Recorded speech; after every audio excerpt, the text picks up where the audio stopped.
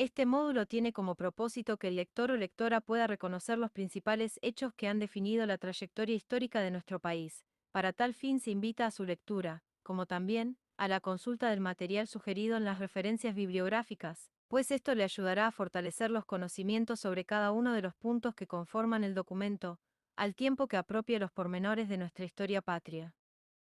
De igual manera, se invita a que el módulo sea leído más que como cartilla de estudio, y por el contrario sirva para la reflexión que todos y todas las ciudadanas de Colombia deben hacer con el fin de seguir contribuyendo a la construcción de una mejor sociedad.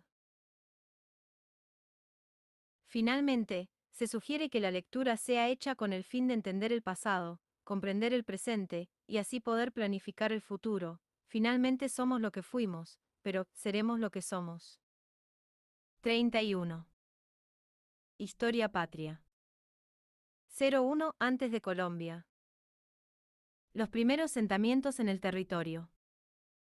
Aún no es lo suficientemente claro cuándo y cómo llegaron los primeros pobladores a la actual Colombia, sin embargo, especialistas concuerdan en que, aproximadamente, hacia el 12.000 AC, y a través de dos posibles rutas, las que cruzaron el Tapón del Darién, y bordeando las costas del Pacífico, hombres y mujeres fueron ocupando el territorio nacional.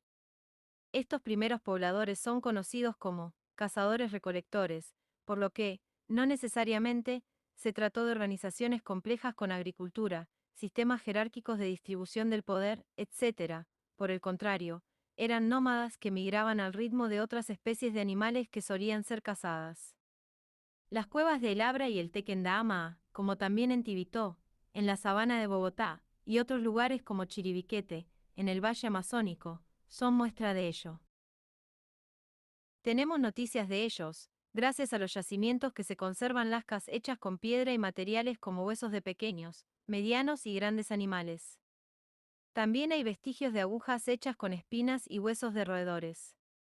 Otro aspecto importante para resaltar es que, aunque se trató de nómadas, no necesariamente desconocían las técnicas de cultivo, lo que nos permite suponer que, con el tiempo, y de la mano del crecimiento poblacional, tuvieron que establecerse en algunos sitios.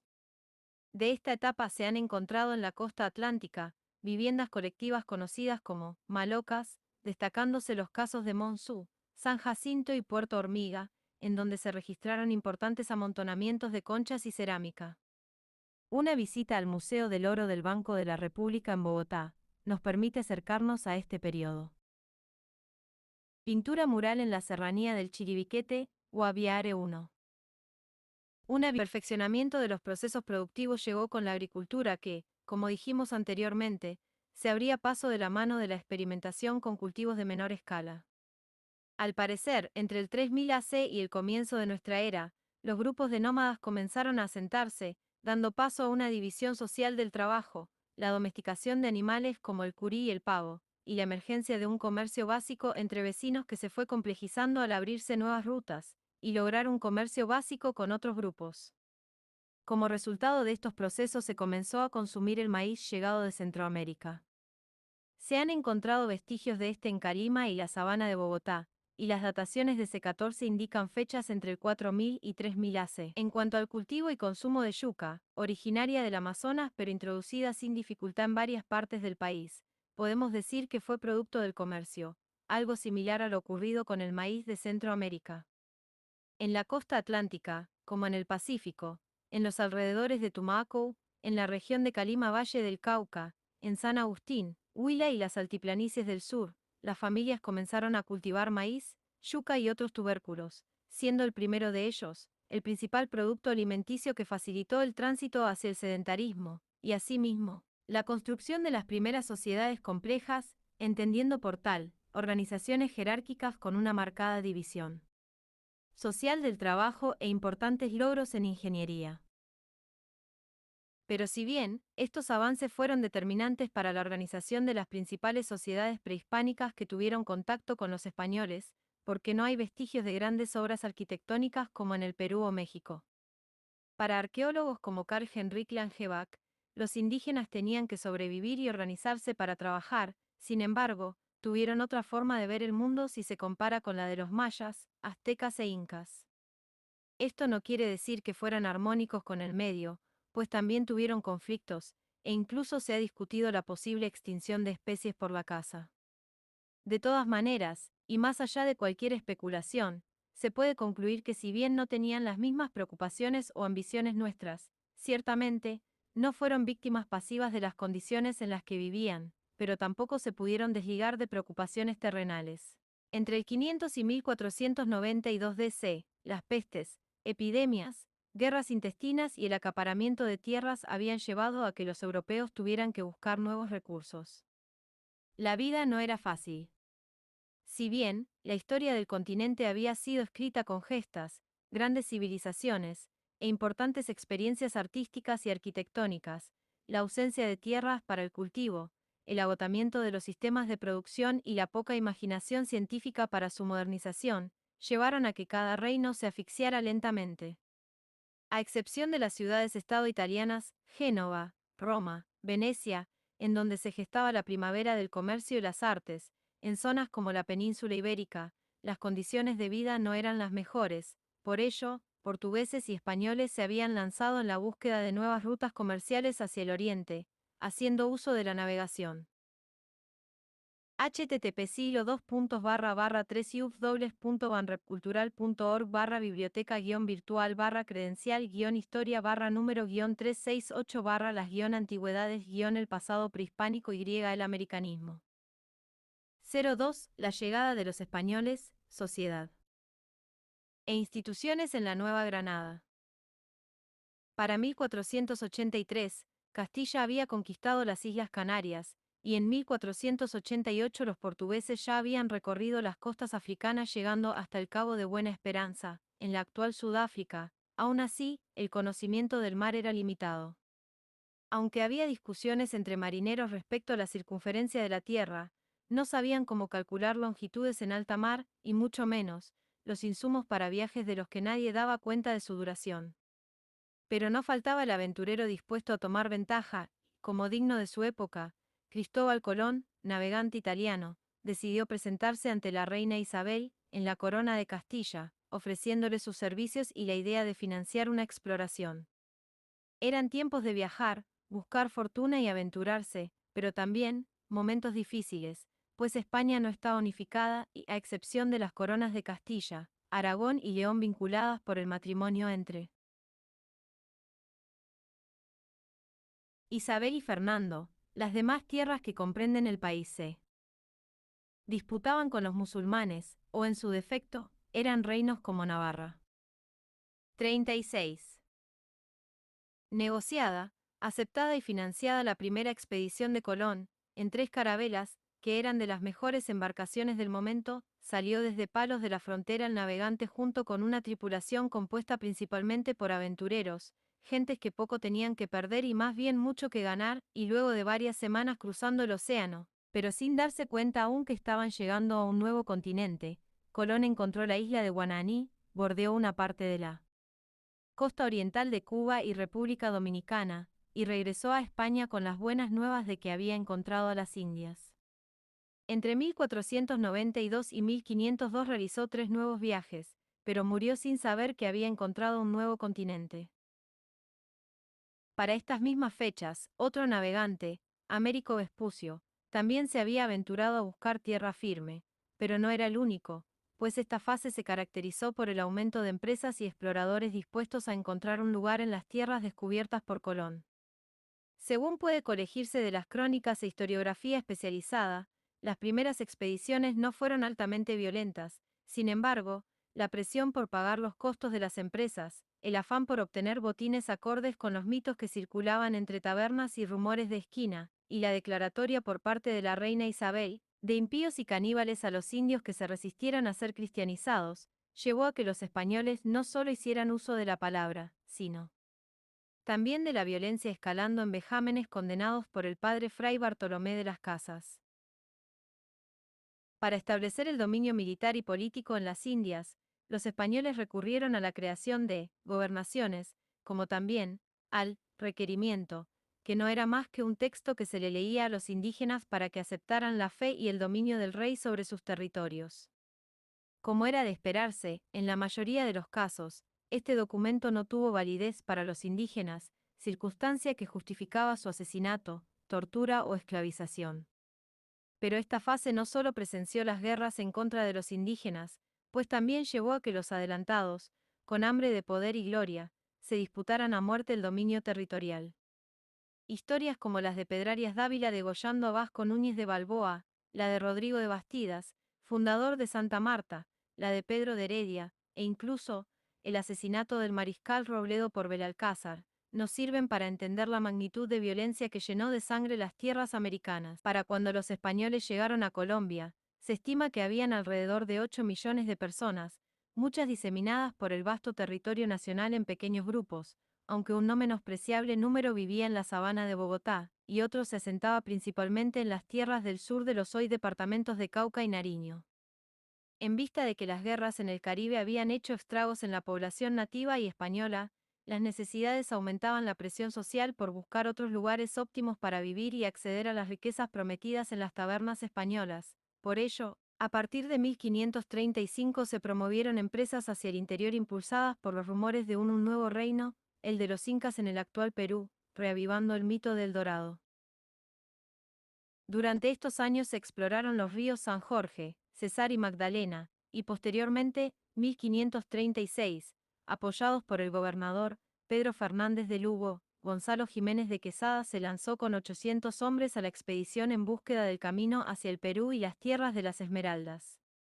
Después de caminar un año, abril de 1536, marzo de 1537, 180 hombres y unos cuantos caballos lograron entrar en las tierras de Vélez, región dominada por el Zipa, Bogotá, y el Saque, Tunja. Retrato de Fray Bartolomé de las Casas, 1484 a 1566, 4. 4 http siglo 2.es.wikipedia.org/wiki Bartolomé-de-las-casas _media archivo 2.fray-bartolomé-de-las-casas.jpg 38.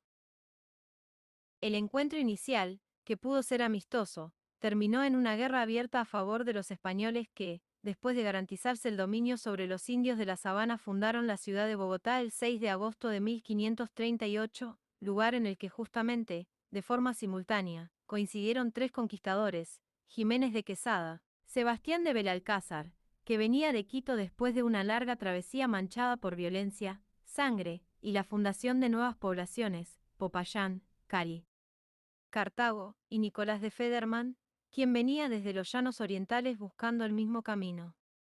Como todos alegaban derechos sobre las tierras de los muiscas, decidieron viajar a España a formalizar sus derechos.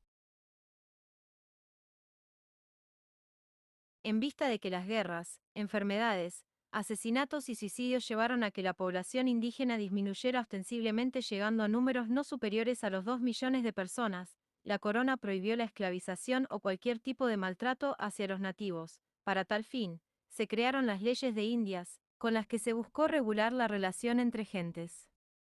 Para el siglo XVIII, se hizo una nueva recopilación y unas cuantas adiciones. De todas formas, aunque estas reformas beneficiaron a los indígenas, no necesariamente fue igual para la población negra africana que fue introducida con el fin de sustituir la mano de obra nativa. Por otra parte, aunque en el papel defendían a los indígenas, en la práctica no necesariamente era igual. Hay muchos casos registrados de abusos por parte de gobernadores y demás funcionarios coloniales a las poblaciones aborígenes. Entre el siglo XVI y XVIII, España alcanzó su máximo logro de desarrollo cultural, político, militar y financiero, todo esto gracias a los cargamentos de oro y plata que llegaban del Nuevo Mundo y servían para financiar a la corona. Sin embargo, aunque este abundante capital era registrado en las arcas del Estado, esto no indicaba que en América, los funcionarios reales fueran honestos y entregaran las cuentas correctamente.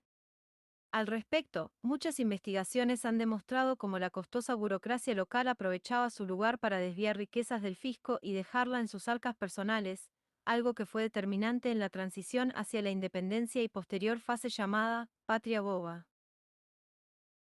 Antiguo Palacio del Virrey, primera casa de teja que hubo en Bogotá. 6. Biblioteca Virtual Banco de la República. Colección Impresiones de un viaje a América 1870 a 1884. Antiguo Palacio del Virrey, primera casa de teja que hubo en Bogotá. http babelpunto.babelbanrecultural.org/digital/collection/diagonal P17054/16/id/101.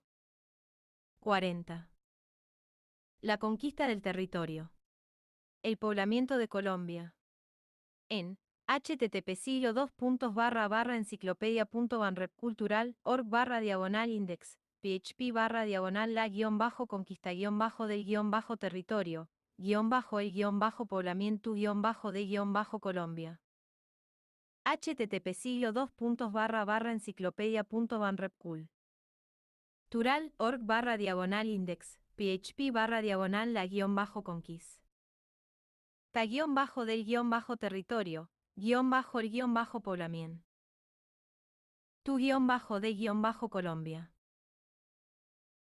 Canal Institucional, 26 de octubre de 2020, Historias de la Contingencia, Capítulo 1, Las epidemias que nos trajo el descubrimiento de América, archivo de vídeo, YouTube https://cara de disgusto/www.youtube.com/watch_v_v2lhv2 y list igual a plxkq7vmsjn-3 youtube.com/watch_v2 LHW4 y list igual a PLXKQ7VMSJN-la 3 look 2 y la 3 look 2 y index igual a 1.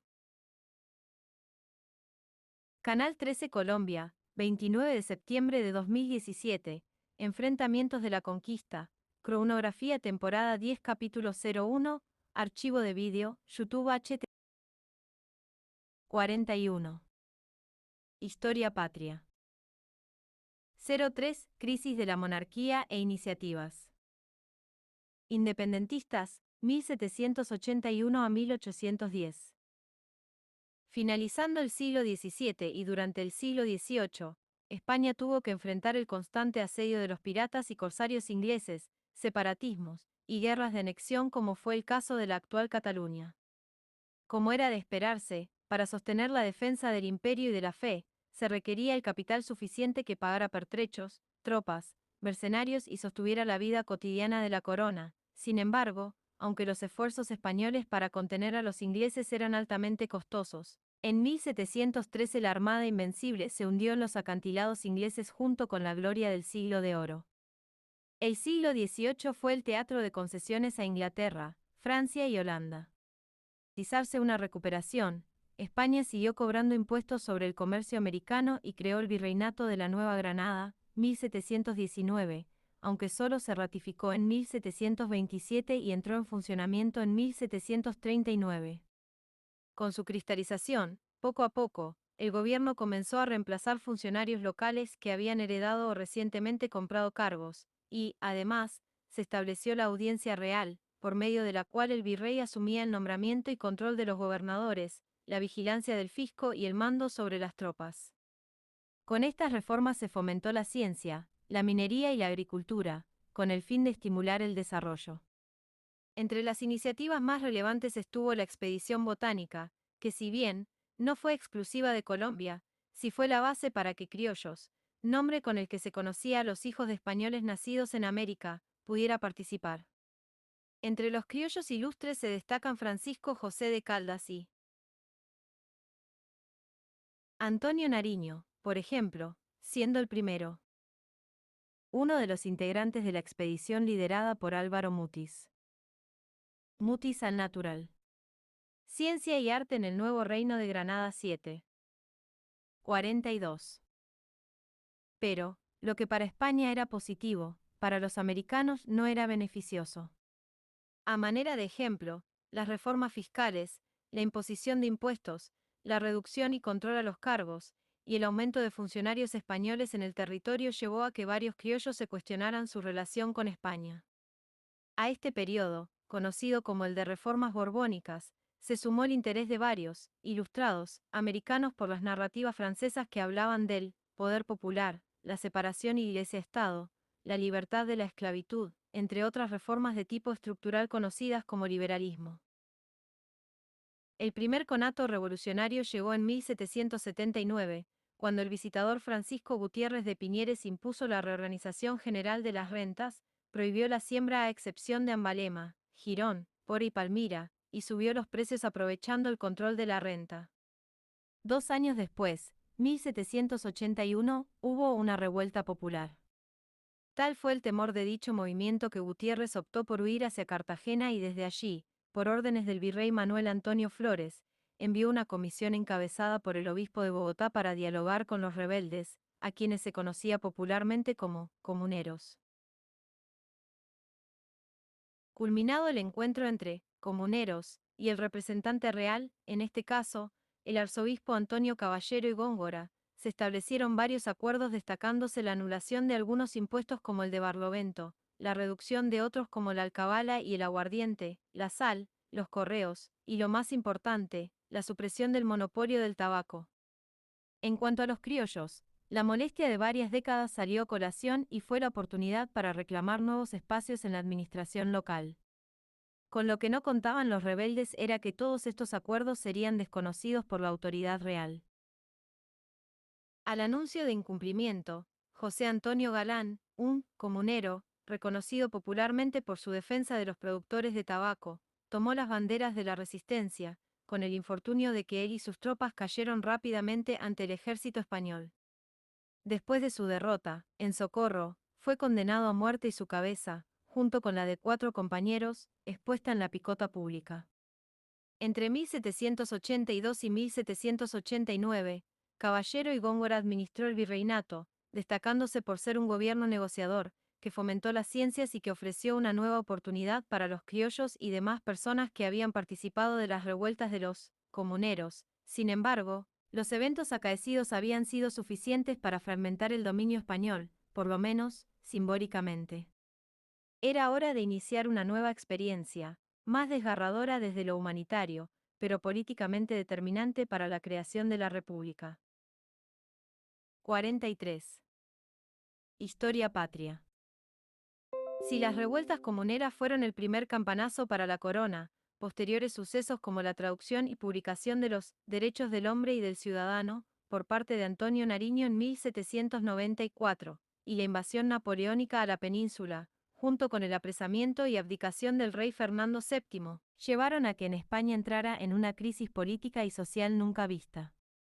De todas maneras, aunque un importante componente de la élite reconoció a Napoleón y la constitución redactada por los franceses, otro grupo más reducido optó por formar las juntas locales para gobernar a nombre de Fernando VII. Por ello, la Junta Suprema de España e Indias, formada en Sevilla, y la Junta Central que la reemplazó en 1809, trataron de que los americanos le reconocieran como autoridad legítima ofreciendo un puesto a un representante de la Nueva Granada, por lo que, en una situación tan desigual, los neogranadinos optaron por crear sus propias juntas locales.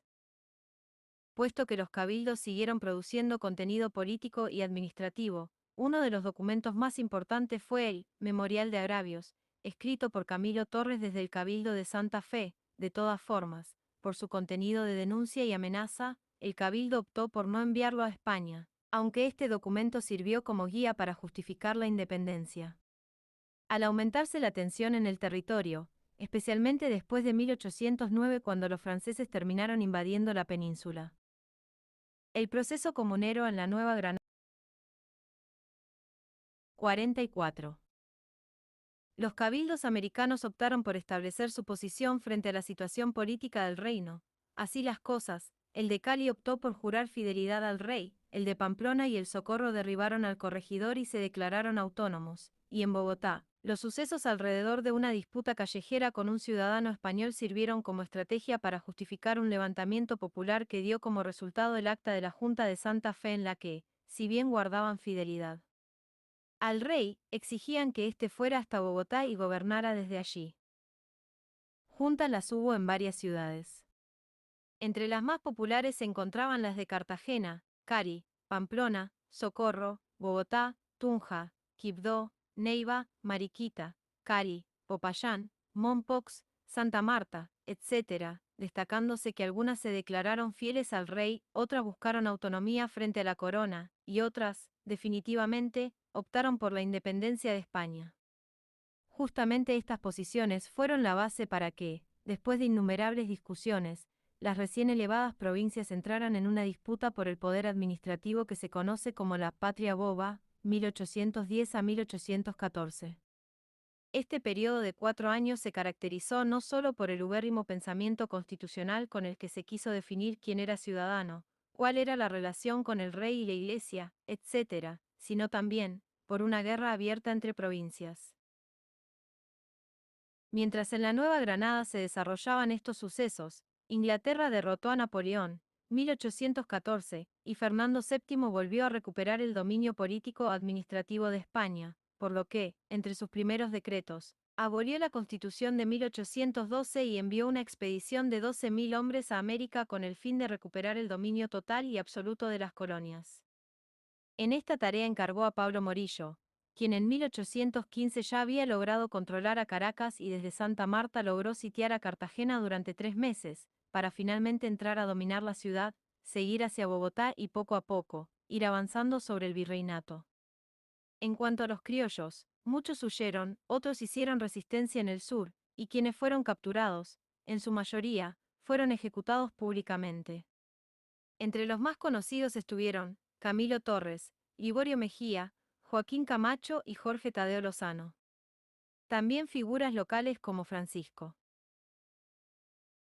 José de Caldas y gente del pueblo como Policarpa Salabarrita cayeron con las balas de la Reconquista. 45. Historia patria. Pero, ¿qué pensaba el pueblo, es decir, los afros, indígenas y demás integrantes de la sociedad virreinal? Para muchas personas, la situación se había tornado caótica pues las guerras internas frenaban el comercio y obligaban a cambiar las prácticas cotidianas. Por otra parte, los derechos prometidos en el discurso liberal no eran claros, los indígenas no contemplaban la abolición de los resguardos, los afros en condición de esclavitud no mejoraban su situación política y social, y no tenían tampoco claridad sobre qué pasaría con ellos, y finalmente, la gente del común, por lo menos conocía más el gobierno del rey que el de los criollos.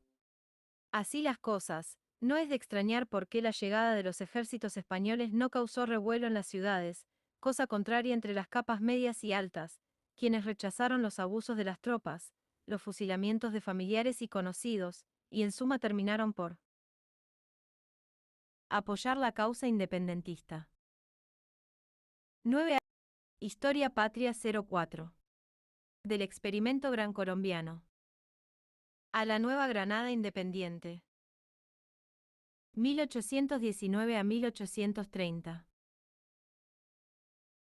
El éxito militar obtenido por la Reconquista llevó a que los ejércitos independentistas huyeran hacia los llanos orientales y se fragmentaran en pequeñas células ejecutando acciones armadas en guerra de guerrillas, caso que fue aprovechado por Simón Bolívar en 1818, uniéndose a Francisco de Paula Santander para iniciar una nueva campaña. De esta se destacan los triunfos del Pantano de Vargas en el mes de julio, y el del Puente de Boyacá el 7 de agosto de 1819.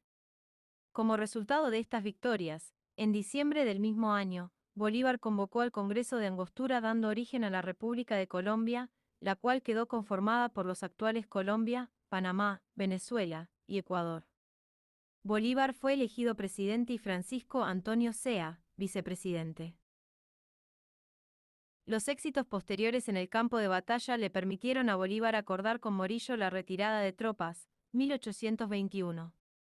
Después de la derrota de Morillo, Bolívar siguió las campañas hacia el sur del continente, fundando en 1826 la República de Bolivia y finalmente liberando al Perú e instaurando allí un gobierno republicano.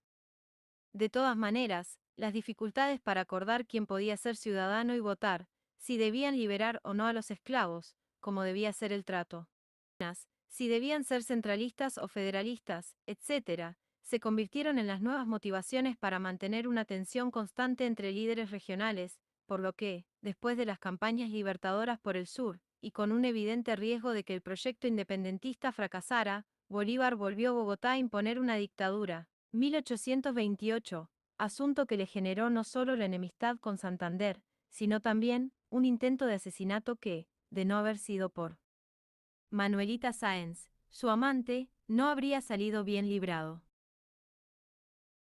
Como era de esperarse, la persecución a los conspiradores llevó al fusilamiento de varios jóvenes prominentes como José Prudencio Padilla. La deliberada violencia que trajo el intento de dictadura no sirvió para garantizar el orden, y más bien llevó a que el país entrara nuevamente en un estado de guerra y dificultad para garantizar los bienes, el desarrollo económico y las libertades prometidas, por lo que, al ver la trayectoria que tenía la República, Bolívar optó por abandonar el país, agudizando durante su viaje una enfermedad respiratoria que finalmente le costó la vida. El Libertador murió en Santa Marta el 17 de diciembre de 1830, pobre, con muchos enemigos, y con la idea de que América era ingobernable. Batalla de Boyacá en la Guerra de Independencia de Colombia 11. Disuelta la Primera República, popularmente conocida como la Gran Colombia, en 1832 se estableció la República de la Nueva Granada conformada por las actuales Colombia y Panamá. De todas maneras, las motivaciones de las guerras y disgustos entre los líderes de la independencia seguían vigentes, así que no era de extrañar que en esta fase siguieran presentándose conatos de revueltas y revoluciones. Inicialmente, la República fue centralista, y aunque se crearon cámaras de provincia para garantizar las autonomías locales, con el regreso de Santander del exilio ordenado por Bolívar, los temores de quienes apoyaron al Libertador se hicieron realidad.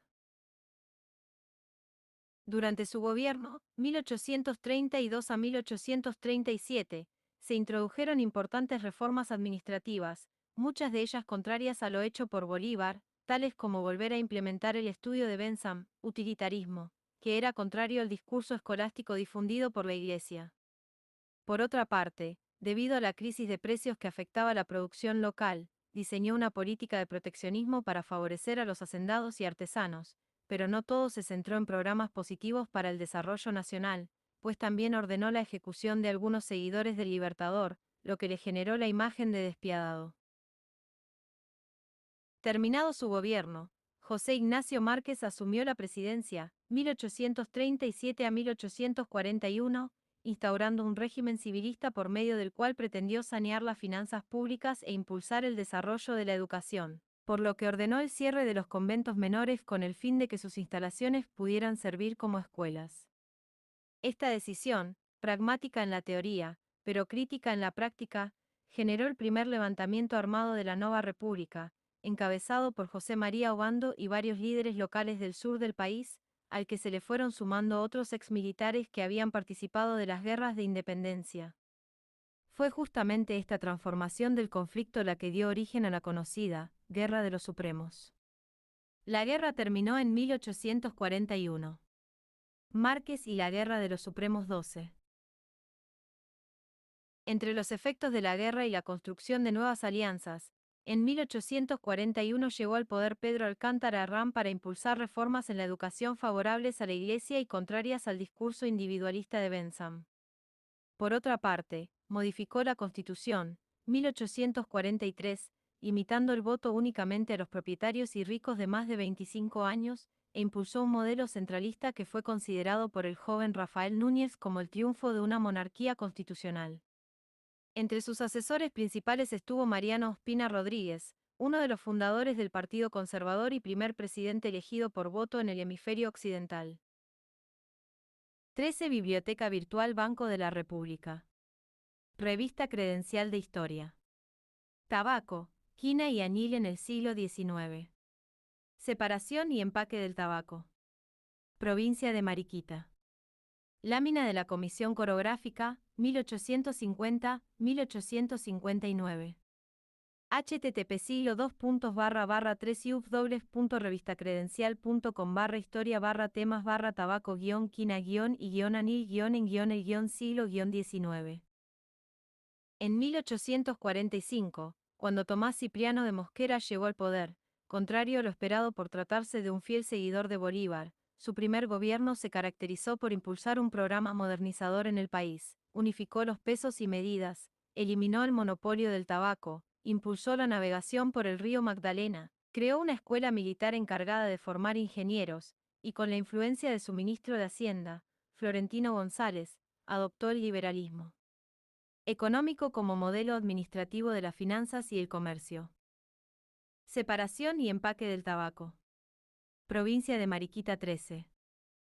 51. Historia patria. Bicentenario de una nación en el mundo. Colección Banco de la República. En https://cara-de-disgusto/diagonal www.banrepcultural/diagonal www.banrepcultural.org proyectos Bicentenario de una nación en el mundo guía de estudio.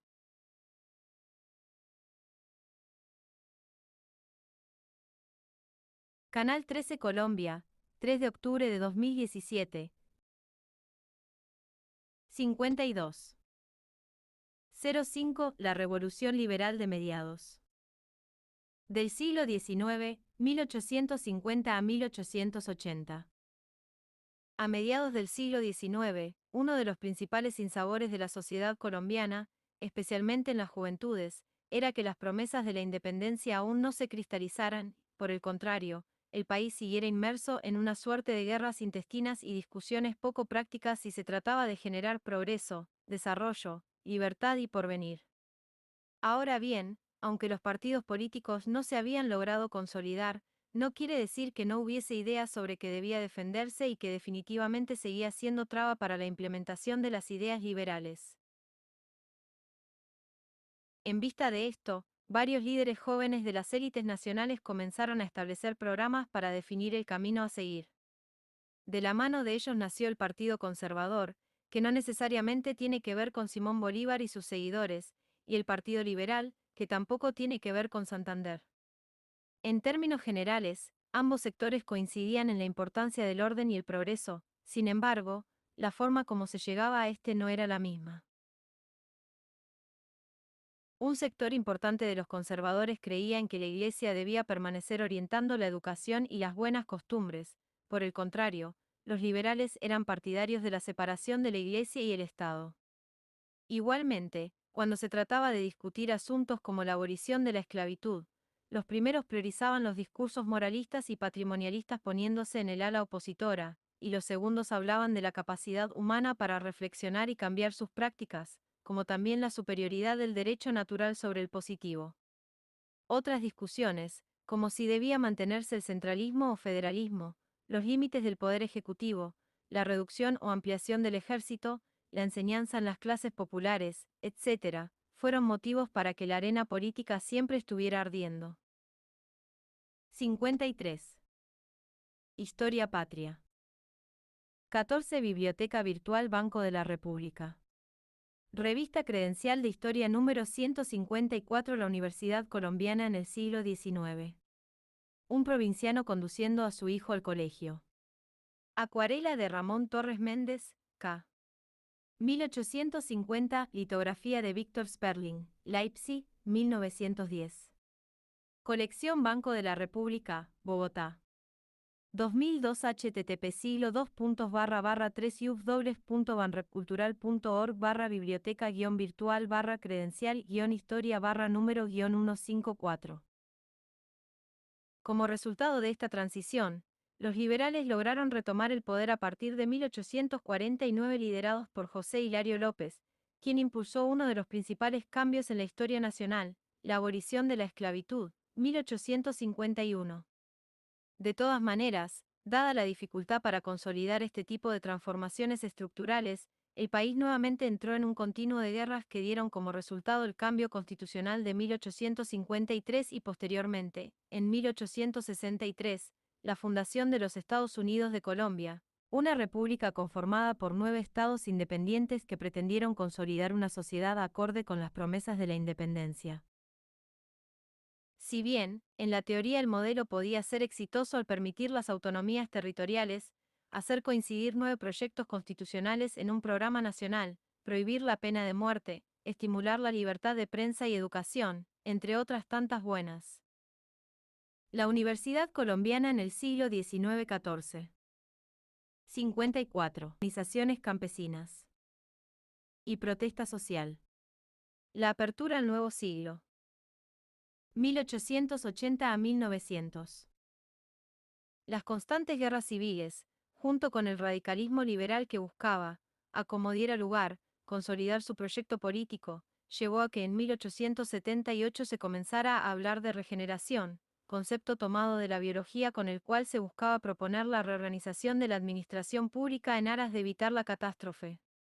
Para muchos liberales como Rafael Núñez, por ejemplo, aunque el gobierno había pretendido construir un país acorde con las ideas independentistas, el mal manejo de las finanzas públicas, la tensa relación con la Iglesia, y las constantes guerras habían hecho imposible el modelo constitucional, por lo que apostaba por una reconciliación con el conservadurismo, alejado a la fuerza por los liberales de la participación política, al tiempo que reconocía la importancia de la Iglesia en la vida política y cultural del país. Para llevar a cabo este proyecto era fundamental reformar la Constitución, por lo que reyes y conservadores como Miguel Antonio Caro pactaron el cambio constitucional en 1886, dando origen a una nueva república. Era el tiempo de la República de Colombia, centralista, que consideraba que Dios era la fuente de toda autoridad, y que por ello mismo, el poder del Ejecutivo se debía imponer sobre los demás. Reyes creía en la fuerza como el principal medio para establecer la autoridad, y si bien, en su juventud fue liberal, en su adultez veía con recelo la defensa de las autonomías y libertades concedidas por la Constitución de 1863.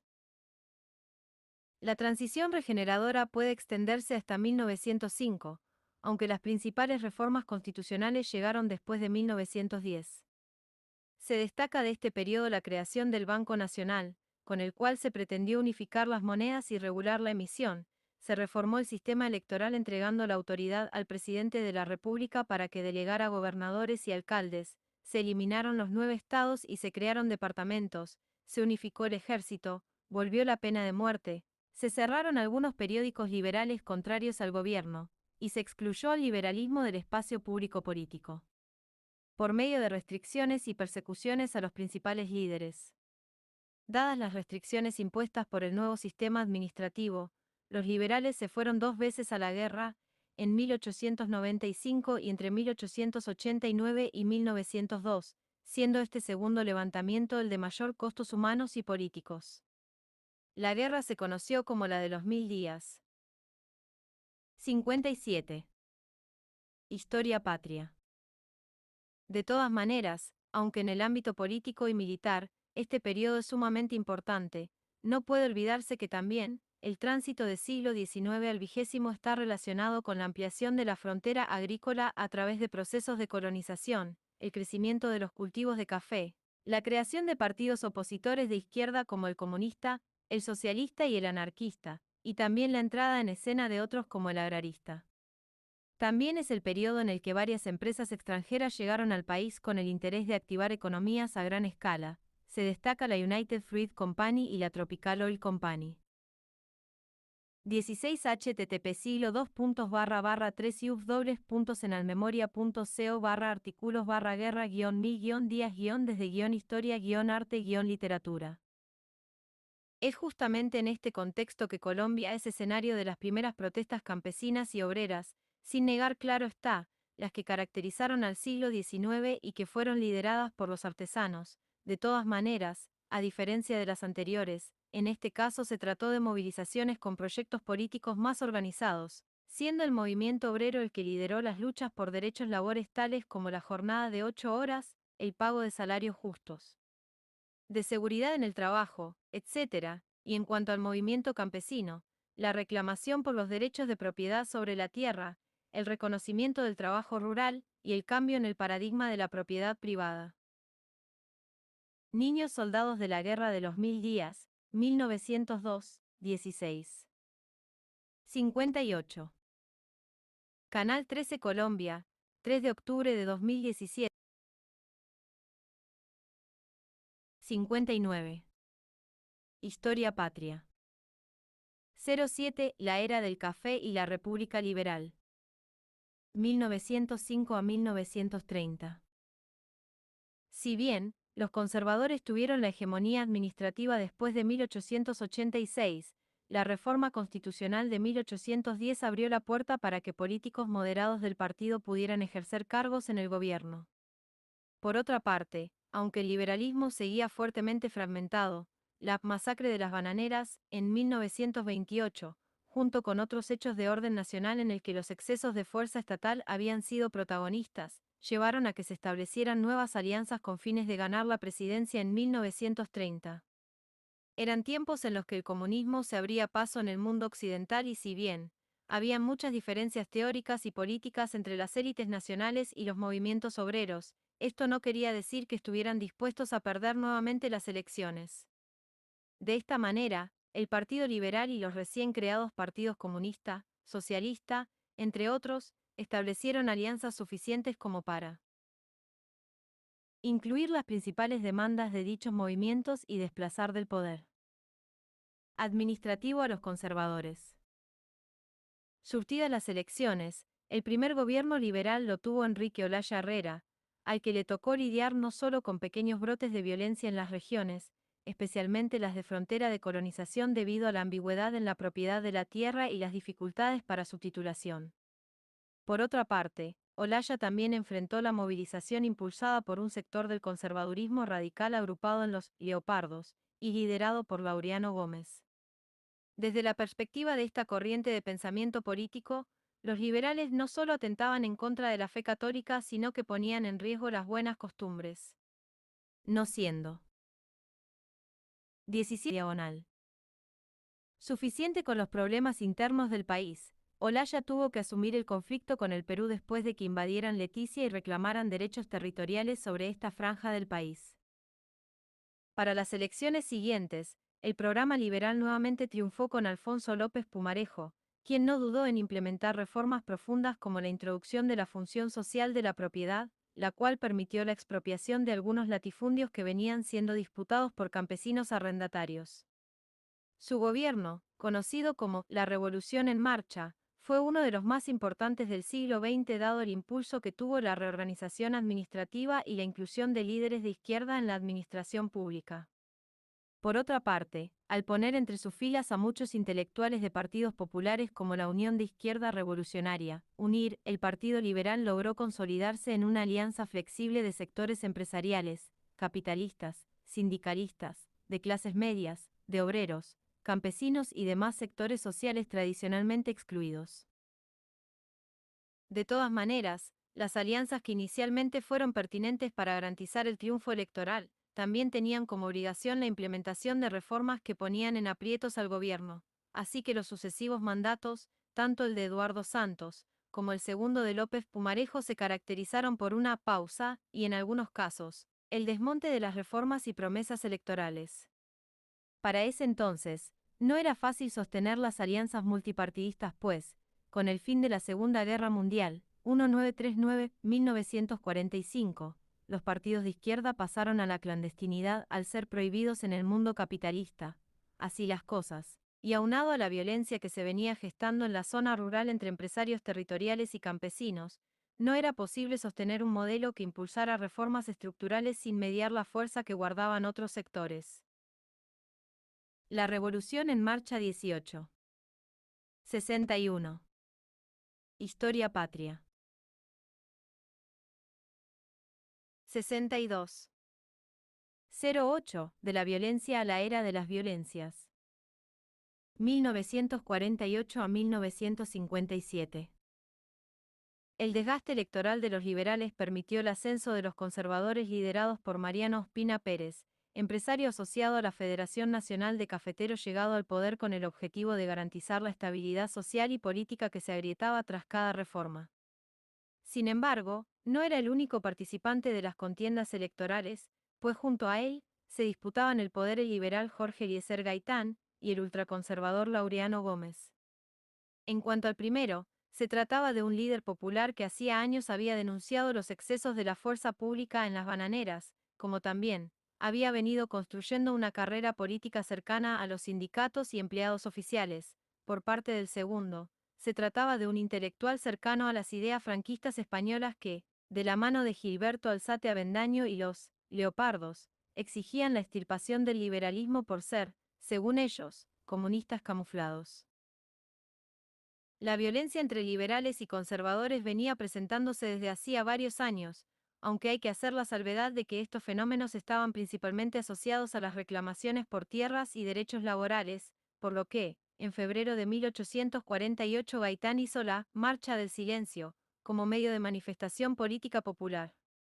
Con lo que no se contaba era que, justamente, 2 meses después, Juan Roa Sierra disparara en su contra, 9 de abril, causándole la muerte. No se sabe aún las razones tras el homicidio de Gaitán. Lo que es un hecho es que Bogotá quedó sumida en un caos durante 3 días que se conoce como el Bogotazo, y a su vez, el país se vistió de sangre al iniciarse una nueva ola de violencia declarada entre liberales y conservadores, siendo Caldas y Tolima los departamentos más afectados en muertes, desplazamientos y diferentes tipos de vejámenes. Puesto que las elecciones siguientes no contaron con la participación liberal, los conservadores liderados por Laureano Gómez tomaron el poder declarando el estado de sitio, lo que le permitió al gobierno cerrar el Congreso. Esta práctica se mantuvo hasta 1958, y desde esa fecha hasta 1982, el legislativo fue un cuerpo débil en relación con el ejecutivo que gobernó con decretos legislativos. El gobierno de Gómez se caracterizó por la exacerbación de la violencia, especialmente por su apoyo a los pájaros y chulavitas, una organización criminal armada por la policía y compuesta por diferentes hombres armados que entraban a las fincas y pueblos liberales asesinando a familias enteras acusadas de liberales o comunistas.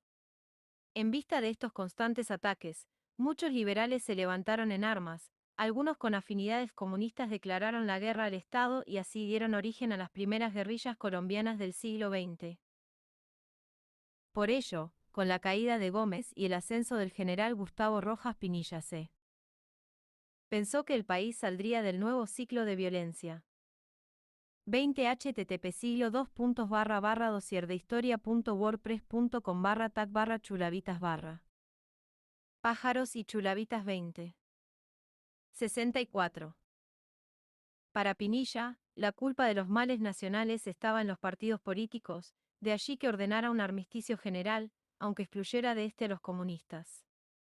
Finalmente, aunque logró pactar con varias guerrillas, su anticomunismo, y el asesinado en estado de indefensión de varios líderes guerrilleros llevó a que varios grupos se rearmaran, especialmente en la zona oriental del país, Sumapaz, Cunday, Villarrica.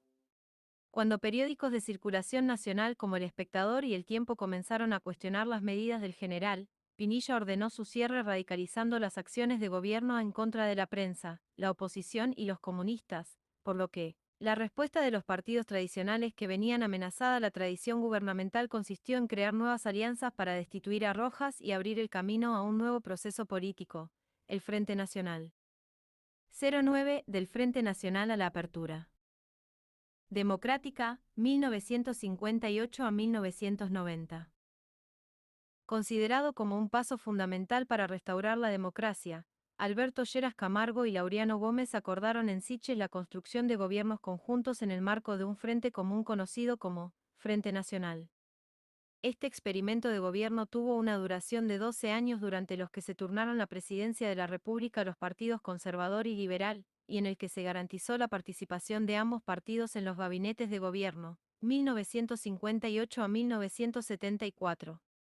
En general, se trató de una secuencia administrativa con tintes modernizadores, entre los que se destaca el impulso de una reforma agraria, la ampliación de la base administrativa integrando líderes de la oposición, la creación de programas de vivienda urbana, la ampliación del sistema educativo, etc. De todas formas, aunque en un comienzo podría considerarse como la alternativa para cerrar los ciclos de violencia rural, en un contexto de Guerra Fría, triunfo de la Revolución cubana, radicalización de las juventudes comunistas, ataque de las guerrillas a policías y civiles, aumento de las acciones armadas del ejército con una desproporcionada violencia en zonas rurales y discursos incendiarios como los del senador Álvaro Gómez Hurtado, hijo de Laureano Gómez, que defendía el foto de prensa, Frente Nacional 21. 67. Historia patria. Derecho del Estado de retomar el territorio bajo el dominio de las repúblicas independientes, llevó a que no se pudiera superar la historia del conflicto, por el contrario, se originaran nuevos grupos armados, tanto de izquierda como de derecha. Se destacan, de las guerrillas de izquierda, el ELN, FARC, EPL, sin embargo, también las hubo indigenistas como el Quintín Lame, y un sinnúmero de organizaciones armadas barriales. Una década después, 1974, entró en operación el M-19, una guerrilla urbana que, en sus inicios, estuvo integrada por jóvenes de clases medias y altas cercanos al populismo de Rojas Pinilla. En cuanto al Partido Comunista, si bien no reconoció la lucha armada como la vía para la revolución, tampoco tomó distancia y rechazó a las guerrillas, más cuando la respuesta institucional siempre fue violenta y negacionista de los problemas estructurales del país. Por otra parte, al Estado permitir e impulsar la persecución abierta de líderes sindicalistas, las guerrillas se convirtieron en la mejor alternativa de resistencia y la vía para una posible negociación, si no era la toma misma del poder por las armas. El problema de estas aspiraciones radicaba en que, tanto el precario apoyo de la base popular, como la respuesta del Estado y los privados a las extorsiones y el secuestro llevó a que la guerra se prolongara por varias décadas, esto sin contar con el financiamiento del narcotráfico. Justamente, en este contexto político apareció la marihuana, principalmente después de 1968, y la cocaína.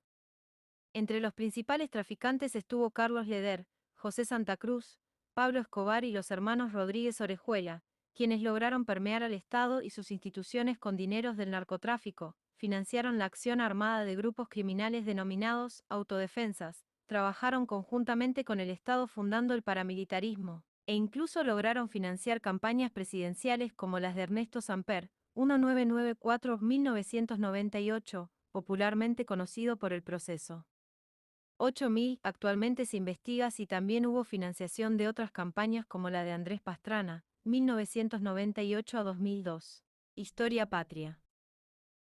10. Constitución, apertura económica.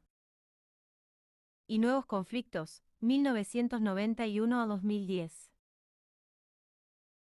Terminado el Frente Nacional, 1974, los avances habían sido pocos. Aunado a esto, la violencia en campos y ciudades se venía agudizando, en especial por la irrupción del narcotráfico como nuevo actor criminal que, en aras de garantizar el dominio territorial y poblacional, abrió un frente de guerra a las guerrillas, pero también a la prensa. Sin embargo, y como una paradoja de la historia nacional, se debe reconocer que las iniciativas de los últimos gobiernos del siglo XX llevaron a consolidar un nuevo acuerdo nacional que cristalizó en la Constitución de 1991. Podría decirse que el país entró en una nueva etapa en la que, mientras la Constitución y las leyes promovían la garantía de derechos tales como la vida, dignidad, propiedad, etc., los ciudadanos seguían en vilo. La agudización del conflicto armado con las guerrillas y la participación del narcotráfico y el paramilitarismo en la vida nacional, llevaron a que las primeras décadas de la Constitución fueran contrarias a lo que ésta buscaba. Aún así, los firmantes de los acuerdos de paz entre el gobierno y las guerrillas del M-19, EPL, Quintín Lame, entre otras, mantuvieron su compromiso y lograron participar en política, tanto en lo electoral, como integrando gabinetes ministeriales. Este fue el caso de Antonio Navarro Wolf, negociador del M-19 y posteriormente, ministro de Salud en el gobierno de César Gaviria Trujillo, 1990 a 1994. Otros integrantes de esta guerrilla, como las otras que fueron nombradas, también ocuparon cargos de elección popular y hoy hacen parte de la política nacional, regional y local liderando procesos de distinta índole.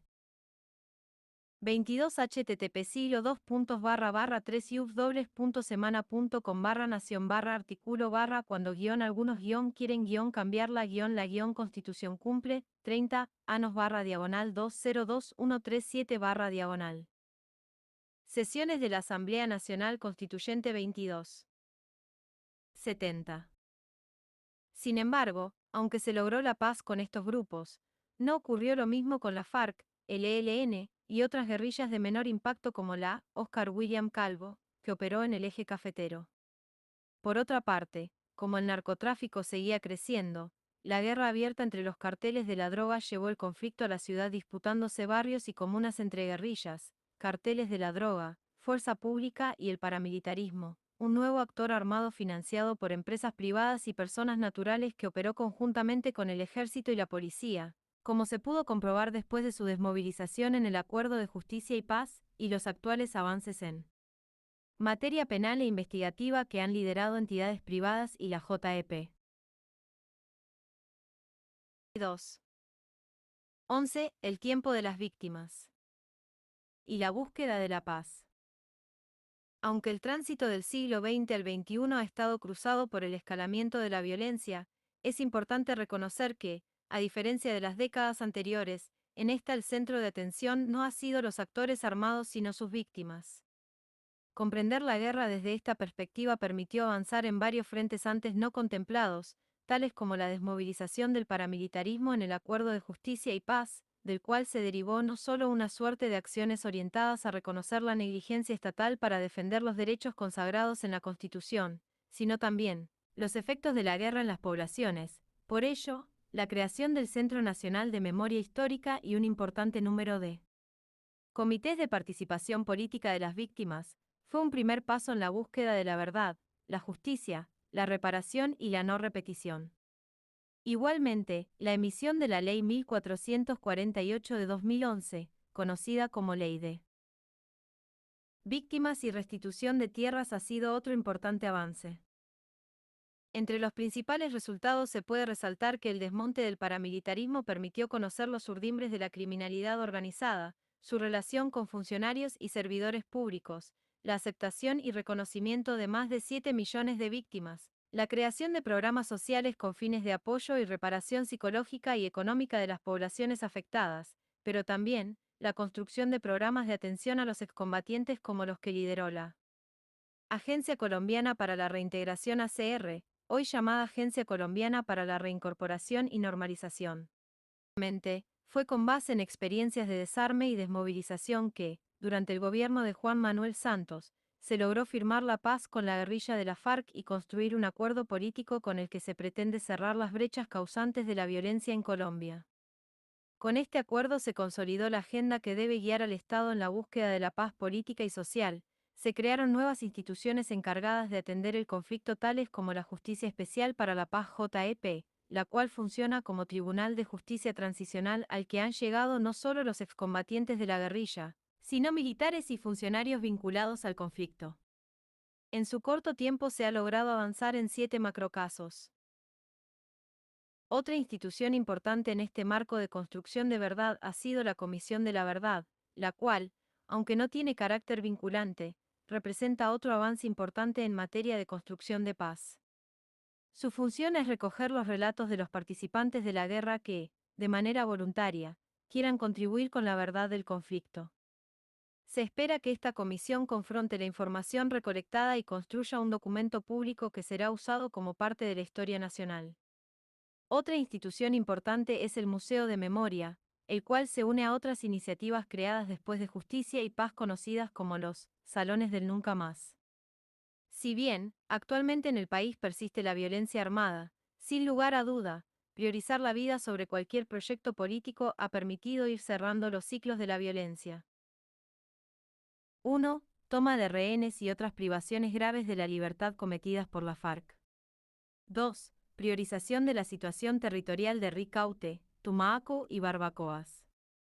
3. Asesinatos y desapariciones forzadas presentadas como bajas en combate por agentes de Estado que suman 6.402 hechos victimizantes durante la puesta en marcha de la seguridad democrática, lo que a juicio de la JEP, hizo parte de los incentivos y de body count impulsados por esta política de Estado. 4. Situación territorial de la región de Urabá. 5. Priorización de la región territorial norte del Cauca y sur del Valle del Cauca. 6. Victimización de miembros de la Unión Patriótica. 7. Reclutamiento y utilización de niñas y niños en el conflicto armado. 74. Observatorio de Memoria y Conflicto.